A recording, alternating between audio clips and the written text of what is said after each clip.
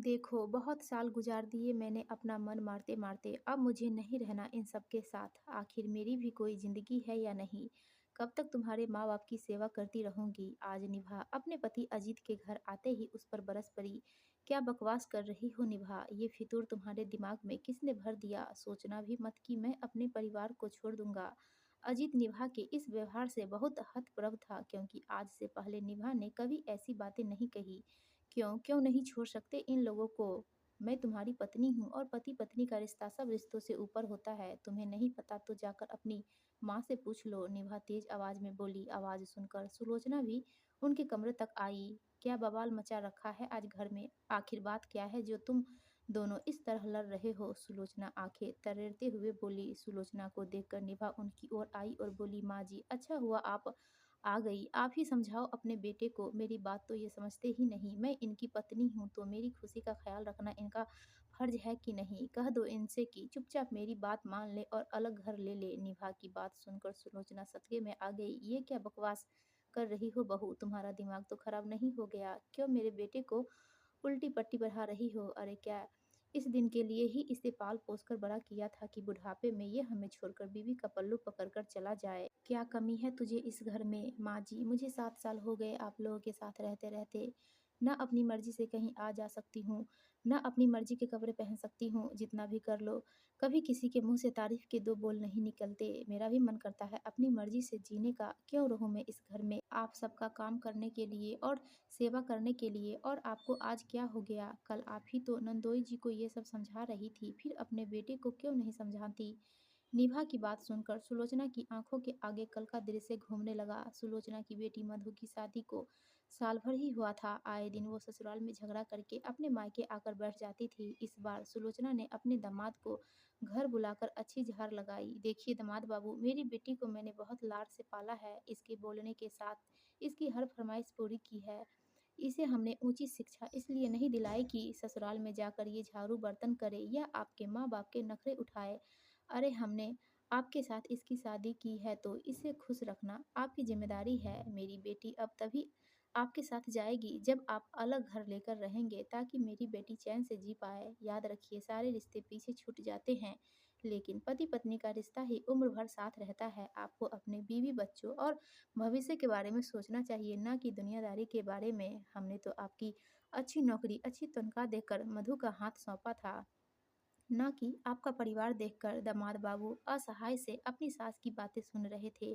वो दोराहे पर खड़े थे कि क्या करे। यदि अपना सास की बात माने तो अपने परिवार का साथ छोड़ना पड़ेगा और ना माने तो अपनी शादीशुदा जिंदगी दांव पर लगा देंगे। दुविधा में थे कि कैसे अपने माँ बाप को इस उम्र में अकेला छोड़ दे।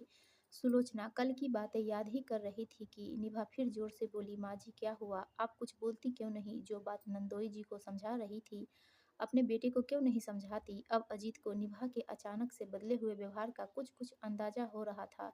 इतने में निभा ने अपनी सास से नजरें चुराकर अजीत की तरफ आंख मारी। अब तो अजीत को निभा के सारे नाटक की वजह समझ में आ गई कि वो आज ऐसा अलग व्यवहार क्यों कर रही है, लेकिन वो अनजान बनते हुए बोला, तब तो निभा सही कह रही है माँ, मैं भी थक गया हूँ सारे परिवार का बोझ उठाते-उठाते। तनख्वाह कब आती है और कब खर्च हो जाती है पता ही नहीं चलता। अलग से रहूँगा तो कुछ बचत भी होगी। आखिर मुझे भी अपने भविष्य के बारे में सोचना चाहिए। बस कर बेटा, बस कर। तू तो मेरा श्रवण कुमार है। आज से पहले कभी तूने हमसे ऊँची आवाज़ में बात भी नहीं की और आज ये सब बोल रहा है। मेरा तो कलेजा ही बाहर निकल जाएगा तेरे जाने के नाम से। वो तो मैं तेरी बहन की खुशी के लिए दामाद बाबू को समझा रही थी। सुलोचना अधीर होते हुए बोली, माँ, अब तो आप बेटा और बेटी में भेदभाव कर रही है। माँ के लिए तो उसके सभी बच्चे बराबर होने चाहिए ना। आपको बेटी का सुख दिखता है और मेरा सुख क्यों नहीं दिखाई देता? जब जीजाजी के माँ बाप अकेले रह सकते हैं तो आप लोग क्यों नहीं रह सकते? मुझे भी तो अपने बारे में कुछ सोचना चाहिए। अजीत संजीता स्वर में बोले, नहीं नहीं बेटा, ऐसा मत बोल। इस उम्र में तू अपनी माँ को छोड़कर कैसे जा सकता है? तेरे बिना मैं किसके सहारे जीऊंगी?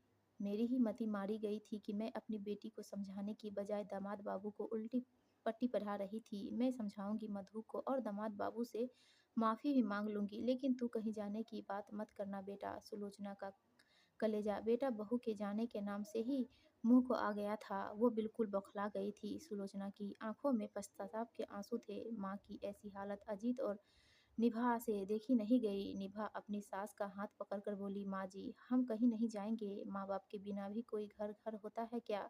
मैं तो बस आपको समझाना चाहती थी कि आप जो कर रही हैं वो गलत है। नंदोई जी सिर्फ़ दीदी के लिए अपने पूरे परिवार को कैसे छोड़ दें, जबकि उनकी कोई गलती भी नहीं है। ऐसा तो नहीं है कि दीदी के ससुराल वाले उन पर कोई अत्याचार करते हैं। अपनी चंद आज़ादी के लिए परिवार की ज़िम्मेदारियों से आज़ाद होना तो कोई हल नहीं है ना। जिस तरह आपको अपना बेटा प्यारा है, नंदोई जी भी तो किसी के बेटे हैं। आखिर उनके माता-पिता किसके सहारे अपनी ज़िंदगी काटेंगे? परिवार से ही तो घर बनता है ना माँ। तू ठीक बोल रही है बहू। एक माँ होकर भी दूसरी माँ का दुःख नहीं समझ पा रही थी। अलग घर परिवार में थोड़ा सामंजस्य तो सब लड़कियों को बैठाना पड़ता है। मैं मधु को समझाऊँगी।